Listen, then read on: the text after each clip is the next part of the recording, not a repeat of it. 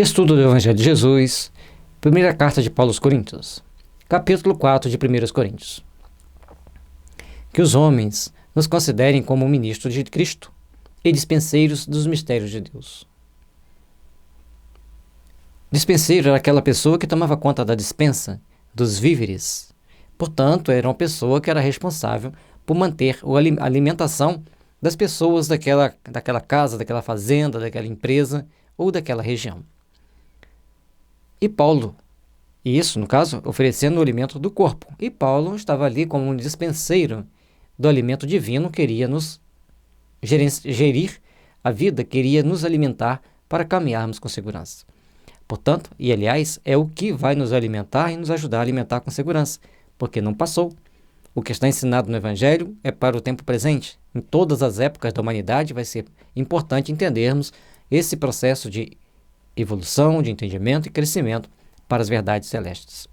Bom, entendendo isso, nós vamos entender que os homens têm que entender que o Paulo se considera como um ministro do Cristo. E tudo bem que nós seremos ministros do Cristo à medida que nós vamos trabalhando para divulgar o Evangelho, à medida que nós estamos cumprindo a nossa missão de pregar o Evangelho. Aumenta-nos, então, a responsabilidade. Além disso, requer-se nos dispenseiros que cada um se ache fiel. Portanto, todos nós temos que ser fiel àquilo que vamos fazer, que nos propomos a fazer. Saibamos nos respeitar mutuamente e principalmente respeitar as leis de Deus e interpretar no sentido que possamos crescer, aperfeiçoar e melhorar. Todavia, a mim muito pouco se me dá de ser julgado por vós ou por algum juízo humano. Nem eu tampouco a mim mesmo julgo, porque em nada me sinto culpado, mas nem por isso me considero justificado, pois quem me julga é o Senhor. Paulo era firme nos seus propósitos. Ele sabia que estava fazendo o que ele dava conta de fazer. Trabalhou assiduamente pelo Evangelho, com a garra incalculável, levando o Evangelho em muitos corações, a muitos espíritos, que certamente são aqueles que hoje trabalham nas mais variadas searas do Cristo. Nesse processo de transformação e de aprimoramento íntimo que todos nós devemos procurar fazer.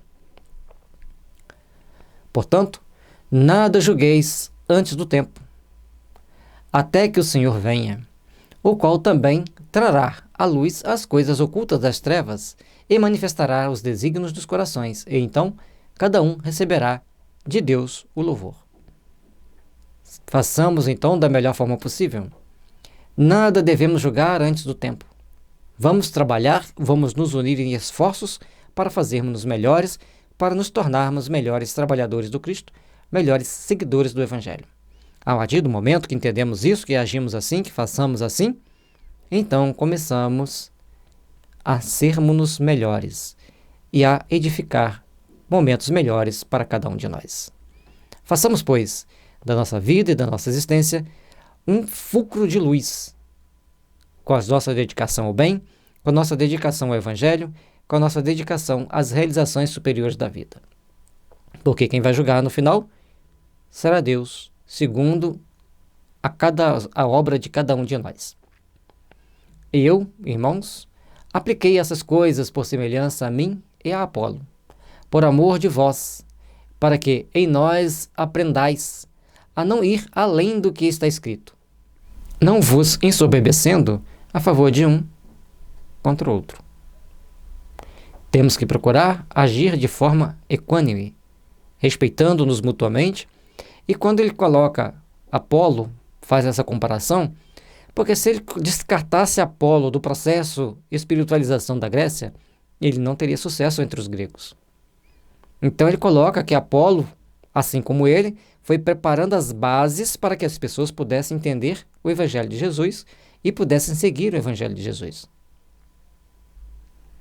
Então ele coloca-se em pé de igualdade com Apolo nas duas diferentes missões. Ele no mundo físico, Apolo no mundo espiritual, mas ambos prepararam a base do entendimento daquele povo para que eles pudessem, então, trabalhar melhor e procurar fazer com que as coisas acontecessem da melhor forma possível, para que absorvessem melhor o Evangelho. Porque aceitar, aprender o Evangelho não se dá assim. Tem um processo para que a gente venha digerir uma série de acontecimentos, de fatos, para que o Evangelho adentre nosso coração e passe a nos alimentar e nos indicar o roteiro mais seguro para a nossa existência. Porque quem te diferença? E que tens tu que não tenhas recebido? E se o recebeste, por que te glorias? Como se não os houveras recebido. Já estáis fartos? Já estáis ricos? Sem nós reinais? E porventura, Deus, renasceis, para que também nós reinemos convosco. Aqui, ele está mostrando que nós não devemos nos vangloriar do que temos, devemos entender que temos porque Deus nos ofereceu, e não importa o que temos aqui no mundo, nós precisamos de Deus para nos guiar com segurança nos caminhos da vida.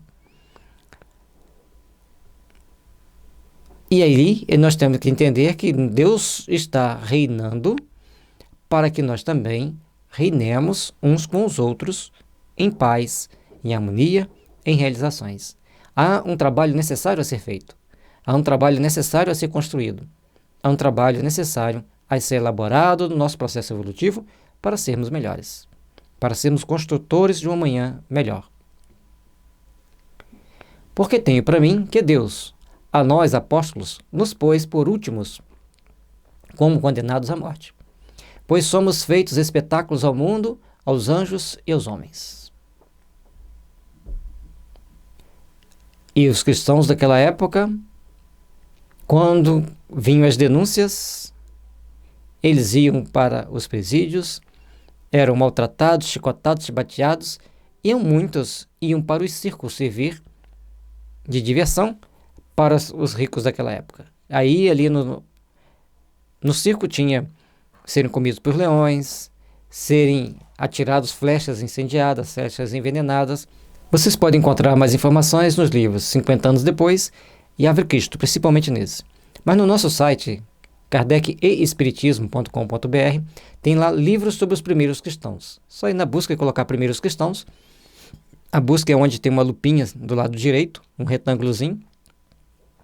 Ali você escreve, vai aparecer o link lá para você, ou então vai passando o link naquele monte de link que tem lá, que tem muita informação no site. Aí vai aparecer para você a lista de livros sobre a vida dos primeiros cristãos. Lá você vai conhecer muitas verdades e muitas informações. E no Há 2000 anos também já tem alguns cristãos indo para as arenas. Bom, precisamos assim entender que, conforme Paulo está mostrando ali, que eles estavam lá para ser espetáculos para o mundo. E hoje, quando as pessoas te veem como uma pessoa religiosa, como uma pessoa que fala sobre a Bíblia, como uma pessoa que fala sobre o livro dos Espíritos, os livros espíritas em geral, eles olham para você não como o profissional que você é, mas como alguém que é outros, olha, você fez esse estudo.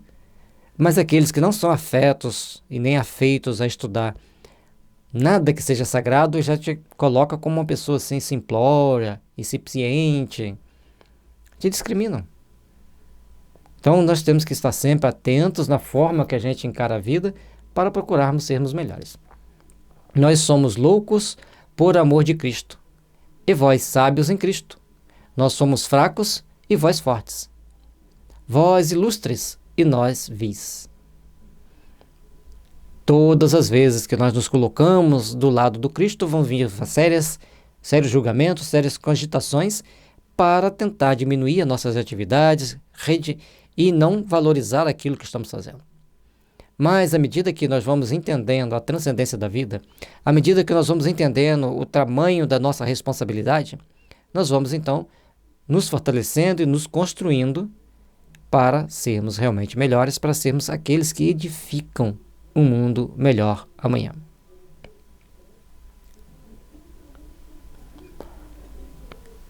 Independente de como nos julguem, tenhamos fé, firmeza e convicção, e principalmente humildade para não exacerbarmos nas nossas pequenas ações, achando que já somos muito, se bem que somos tão pouco como Paulo mostra para nós. E ele se diminui para elevar o outro, para eles entenderem que é um puxão de orelha. Até esta presente hora, sofremos fome e sede, estamos nus, e recebemos bofetadas, e não temos pousada certa. E aí ele fala de todas as situações que eles passaram, todas as situações de passar fome, passar sede, ficar sem roupa, receber chibatada, bofetada, não ter onde ficar, estar sempre mudando de lugar, sempre mudando de casa. E nos afadigamos, trabalhando com nossas próprias mãos. Somos injuriados e bendizemos. Somos perseguidos e sofremos. Somos blasfemados e rogamos. Até no presente temos chegado a ser como o lixo deste mundo e como escória de todos. A forma com que os cristãos eram tratados era sempre com desdém, com repúdio. Mas eles perseveravam, eles seguiam firmes. Não escrevo essas coisas para vos envergonhar, mas admoesto-vos como meus filhos amados. Ele está mostrando para eles que eles não têm que ficar criando pompa e empáfia, porque eles são muito desprezados pela casta dominante e pela sociedade daquela época. E compete a eles não se sentirem envergonhados. Que Paulo está falando isso como eles falavam um filho, para que eles tivessem mais firmeza de caráter, mais disposição de servir e menos contenda entre uns e os outros. Porque ainda que tivesseis 10.000 aios em Cristo, não terias, contudo, muitos pais. Porque eu, pelo Evangelho, vos gerei em Jesus Cristo. Admoesto-vos, portanto, que sejais meus imitadores. E ali Paulo, que mantinha dentro do possível uma vida bem íntegra, bem reta, ele pede que as pessoas observassem-no e o imitassem. Não no sentido de achar que ele era um representante de Deus, mas alguém que ensinava sobre Deus, alguém que trabalhava para Deus, alguém que ensinava o Evangelho.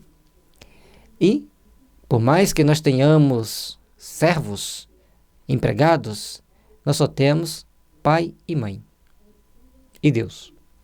Por esta causa vos mandei Timóteo, que é meu filho amado e fiel no Senhor, o qual vos lembrará os meus caminhos em Cristo, como por toda parte ensino em cada igreja.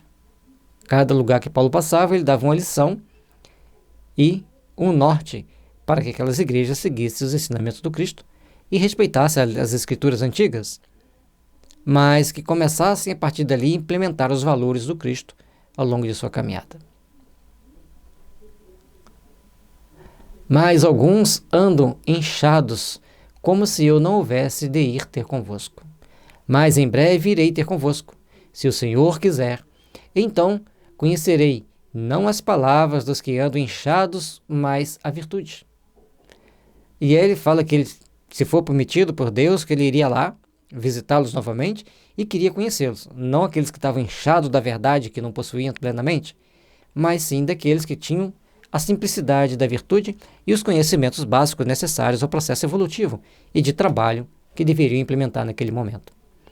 Porque o reino de Deus não consiste em palavras, mas em virtude.